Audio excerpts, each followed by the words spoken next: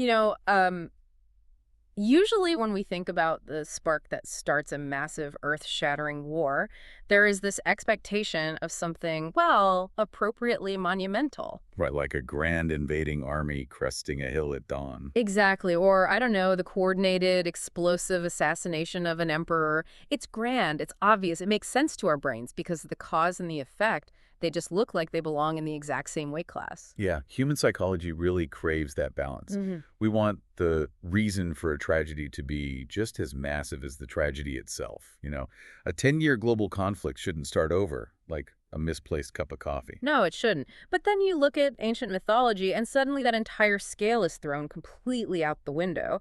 We are looking at a narrative landscape where the absolute destruction of an entire civilization doesn't start with a marching army or a grand geopolitical treaty. No, it starts with a party. Right. It starts with a petty slight at a dinner party.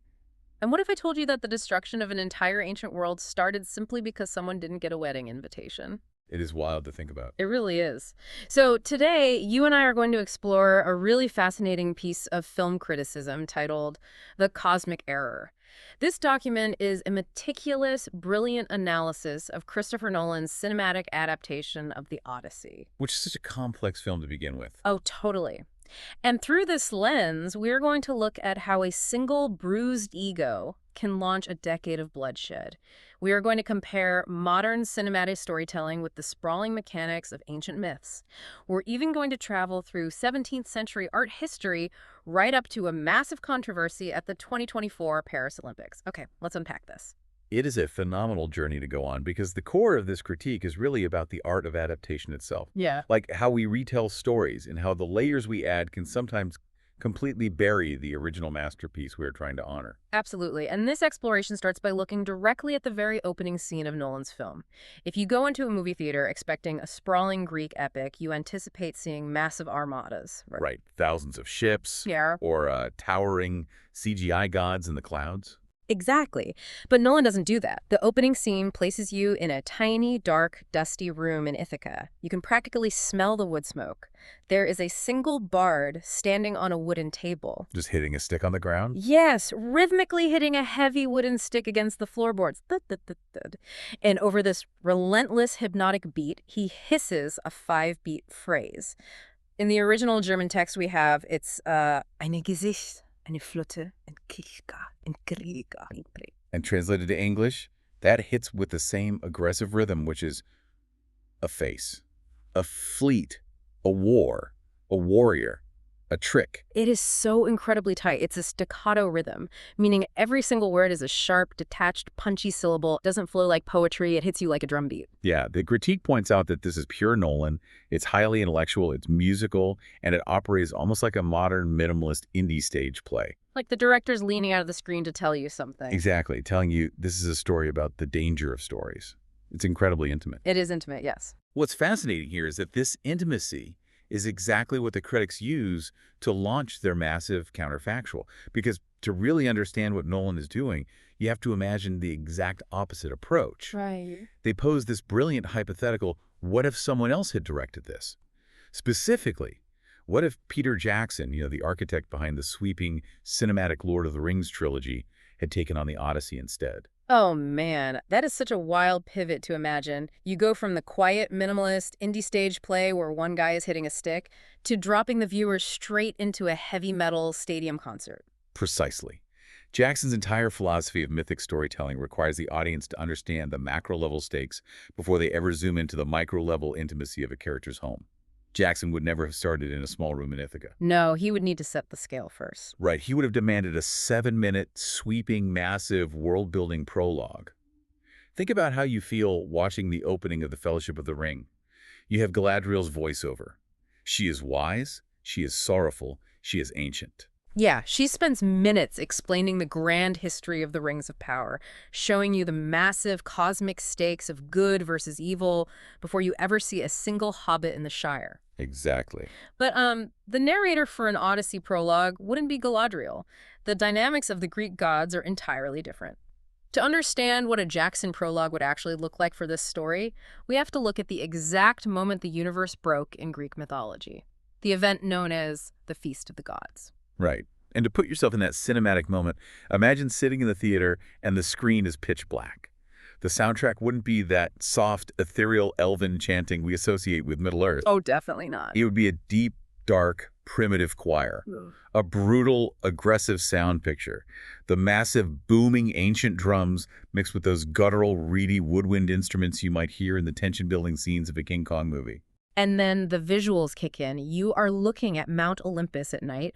Giant marble columns are gleaming in the light of towering bonfires. It's a massive wedding feast for Peleus and Thetis. There are hundreds of gods and goddesses, flowing wine, endless feasts, uproarious laughter. Total divine chaos. Yeah, but it's a joyous, celebrated chaos. And you can picture Jackson's camera sweeping majestically over this massive party, exactly the same way his camera swooped over the armies at Helm's Deep. But then the guttural music stops. The laughter dies instantly. The camera pushes in on the shadows. And we hear our narrator. But this is the anti-Galadriel. The anti-Galadriel, I love that description. Yeah, this is Eris, the goddess of discord. She isn't wise and sad, reflecting on a lost world. She is angry. She is cheeky. She is a disruptive, jagged shadow standing at the edge of the light with a smile that is just a little too bright and a little too unhinged. And she is furious because she was the only immortal being not invited to this wedding. Right. But wait, okay, I have to push back here for a second because I'm trying to picture this as a moviegoer. Galadriel is setting up this massive cosmic battle between ultimate good and ultimate evil. Sauron wants to enslave the world. Eris is just, well, petty. She's mad she didn't get an RSVP to a party. How does a petty grievance carry the same cinematic weight for an audience? I mean, why would a director give her the opening monologue? That is exactly the point that Kritik is making. That is the horror of the Greek mythos.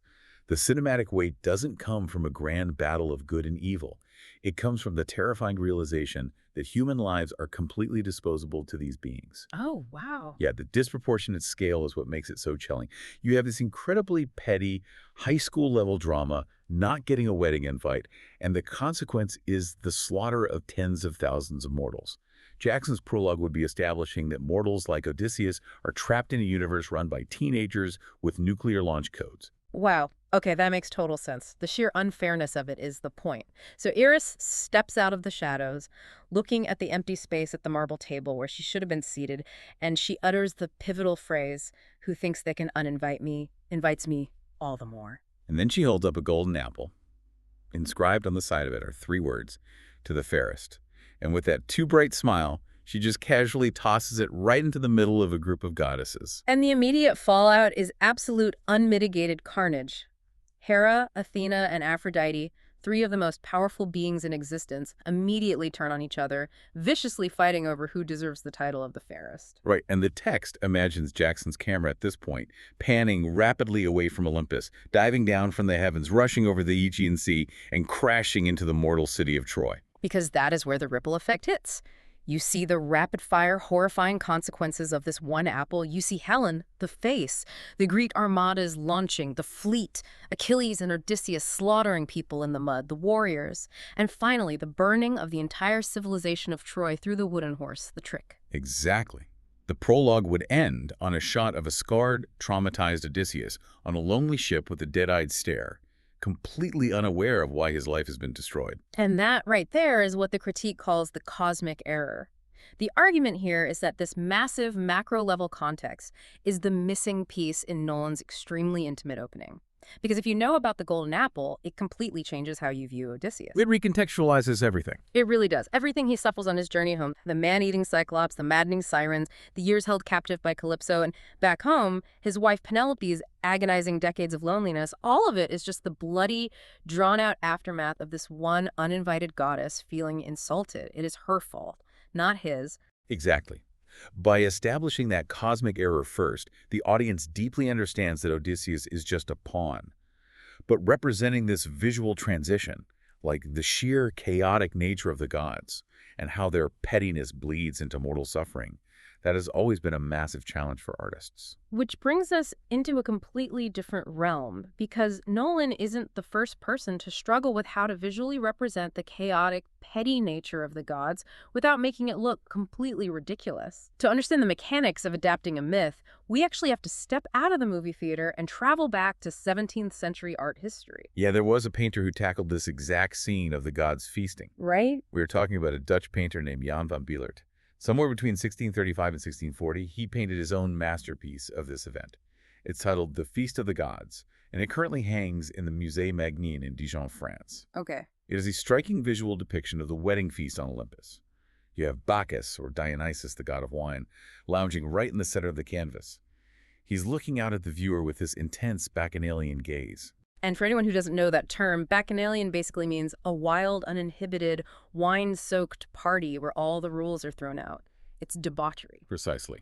He is surrounded by nakedness, overflowing bowls of fruit, spilling wine, and uproarious, almost grotesque laughter. It is the visual embodiment of divine excess. But there is a hidden layer in this painting that makes it central to our discussion on adaptation. Bislert didn't just invent this composition out of thin air.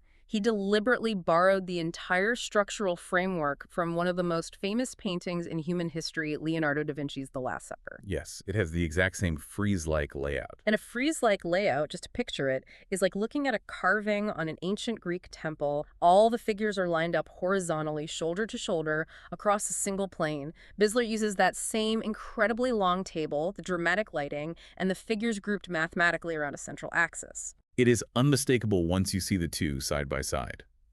He took the ultimate sacred, quiet, solemn image of the Christian faith, stripped it down to its architectural bones, and used that exact same geometry to build a chaotic, pagan, drunken festival of the gods. Wait, hold on. If I pull this painting up on my phone right now, am I just looking at a ripoff? I mean, is this a brilliant, original piece of art depicting a pagan festival? Or is Bislert just hitting copy-paste on a sacred Christian painting and swapping out the robes for togas? And that is the exact danger of adaptation. But the analysis argues that Bislert successfully transformed it. He recognized the geometric genius of Da Vinci's original work, but he fully translated it into something wildly different in tone and meaning. So it still stands on its own. Yeah, exactly. The original Da Vinci is recognizable. You feel his architectural presence holding the painting together. But Bilert's voice is entirely distinct. It stands on its own as a powerful, independent piece of art. He adapted the structure without losing his own message and without erasing the gravity of Da Vinci's original intent. Here's where it gets really interesting. Because while Bielert might have pulled off that delicate balancing act in the 1600s, this specific kind of artistic copying can be incredibly dangerous. If the audience misreads the intent, the adaptation doesn't just fail, it detonates. And we have a perfect, massive, real-world example of this exact painting triggering a global meltdown. Yes, the 2024 Paris Olympics opening ceremony. This is a prime case study in what happens when the layers of modern context completely obscure the foundational text for the audience. Right. The artistic director of the ceremony, Thomas Jolly, organized a massive live theatrical tableau. He explicitly stated, on the record, that his template for this performance was Jan van Bielert's Feast of the Gods. And the tableau was visually striking. It featured a long table, drag queens, diverse performers, and right in the center, lounging exactly where Dionysus sits in Bilert's painting, was the French singer Philippe Catherine, painted entirely blue and nearly naked. The organizers' stated intent was a celebration of inclusion, diversity, and the joyful, absurd revelry of the Greek gods. However, the immediate global backlash was fierce. Why? Because of the mechanics of human visual memory. When millions of viewers around the world looked at that long table and the horizontal grouping of figures, they did not see a niche 17th century Dutch painting of a pagan wedding. No, they definitely didn't. Their brains immediately accessed the most universally recognized file in their cultural hard drive, Leonardo da Vinci's The Last Supper. And instantly, a massive debate exploded. People were asking, was this a clever, original reference to a Baroque painting meant to celebrate unity? Or was it a distorted, mocking copy of a holy Christian image meant to deliberately parody faith? The organizers came out and apologized for any offense caused, but they adamantly insisted their reference was Bislert, not Da Vinci. But if we look at the mechanics of adaptation, the consequence was undeniable. The damage was done. The audience had already made up its mind. Exactly. The modern interpretation, the blue paint, the contemporary costumes, the live broadcast was so aggressive and so loud that viewers felt mocked. They completely rejected the organizer's explanation. Because Da Vinci's visual shorthand is so deeply embedded in our global cultural DNA, it completely overwrote the creator's actual intent. The adaptation didn't just obscure the source, it accidentally resurrected a different source and buried its own message. This raises an important question, and it is the central thesis of the film Critique regarding Christopher Nolan. Is Nolan's adaptation of the Odyssey a Bidlert version? Meaning, is it an independent, powerful piece of modern art, where Homer's ancient epic is still clearly recognizable, respected, and foundational at its core? Or is it like the Olympic ceremony was to its detractors? Has Nolan layered so much modern, hyper-intellectual aesthetic on top of it, the massive IMAX spectacles, the contemporary casting choices, his signature, confusing, time-bending narrative structures that the original Homer is completely lost? Right, did he bury it? Yeah, have the heavy layers of Nolan's adaptation distorted the myth so deeply that audiences can no longer even recognize the ancient heartbeat of the source material? Essentially, was Nolan so busy being Christopher Nolan that he forgot to let Homer be Homer? It's a brilliant framing. But to be fair to Nolan, the critique doesn't just tear him down. It actually offers immense praise for the purely physical cinematic experience of his film, and they focus specifically on his audio design. Oh yes, the soundtrack. It is described as monstrous, but in the most awe-inspiring way possible. If you have ever been in a true IMAX theater during a Nolan film, you know it isn't just background music. No, not at all. It's a physical reality. It's visceral.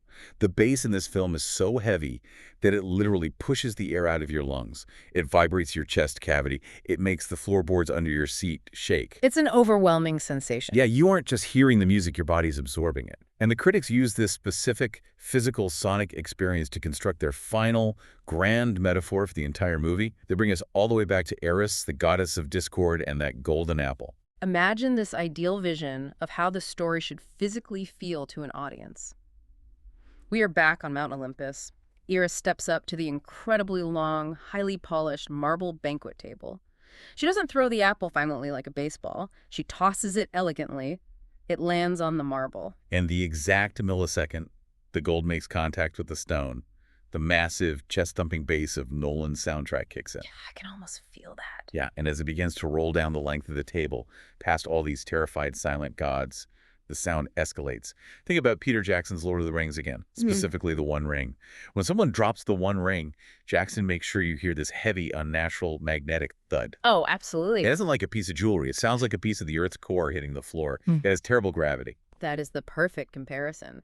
The golden apple rolling down the marble table has that exact same terrifying gravity. With every single rotation of the gold on the stone, the base gets deeper, it gets more threatening. It physically thumps in the audience's chest. It rolls past Hera, it rolls past Athena, and as it rolls, it is actively destroying the future. It is dismantling the order of the universe. Every inch it moves cements the next 10 years of blood, mud, and slaughter in Troy. In the aftermath, too. Right. Every rotation guarantees Penelope's decades of agonizing loneliness as she waits for a husband who isn't coming home. It robs Telemachus of his father. The sheer terror of the scene is that the error itself isn't a loud explosive bomb. It is a single, elegant, petty throw of a piece of fruit. But the ripple effect it creates is this unstoppable, bass-drenched wave of inevitability. Once the apple leaves her hand, the world has irrevocably turned. The tragedy is already locked in, and the baseless, you feel that dread in your bones. So what does this all mean?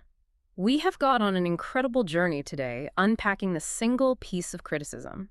We started with the rhythmic, hypnotic chanting of a bard in a dusty, intimate room in Ithaca. We tried to imagine the heavy metal thunder of a slighted goddess interrupting the greatest party in the universe. Such a vivid image. It really is. And then we detoured through a 17th century Dutch painting that dared to remix Da Vinci's sacred geometry, which then accidentally triggered a massive Olympic controversy centuries later because of human visual memory. And we ended with the chest-thumping IMAX bass, of a cinematic epic trying to capture the sheer weight of a rolling golden apple. It is such a profound exploration of cause and effect, Yeah, not just in the ancient stories we tell, but in the mechanical, psychological ways we choose to adapt and retell them for modern audiences. definitely. But before we wrap up this deep dive, there's one final thought that this critique really provokes. Something that isn't explicitly spelled out in the text, but bubbles right under the surface of everything we've discussed today about the nature of conflict. Oh, I'm curious. What is it? Well, if we connect this ancient mythos to the bigger picture of our world today, we constantly talk about the butterfly effect. We usually think of it in terms of physics or time travel movies. You step on a prehistoric bug in the Jurassic period, and the entire future of humanity changes forever. Right. But the ancient Greeks didn't need time travel or quantum mechanics to understand this concept. They understood something much more fundamental about human nature. They understood that the most destructive, volatile butterfly effect in the entire universe is simply a bruised ego. Wow. Yeah, just the feeling of being left out. It makes you wonder, as you look at the world today, as you look at our own history, how many of our incredibly complex, devastating global conflicts, the massive wars, the fractured political alliances, the deep generational divides, are really just the distant, base-drenched echoes of a metaphorical golden apple, That's a haunting thought. a petty slight thrown by someone who just felt left out of the party, that eventually brings the marble columns crashing down. It really changes how you look at the stakes of your next dinner party, doesn't it? Thank you so much for joining us on this deep dive into our source material today. We hope this exploration gave you a brand new lens to look at the stories you watch, the art you consume, and maybe even the grudges you hold. Until next time, keep questioning the narrative.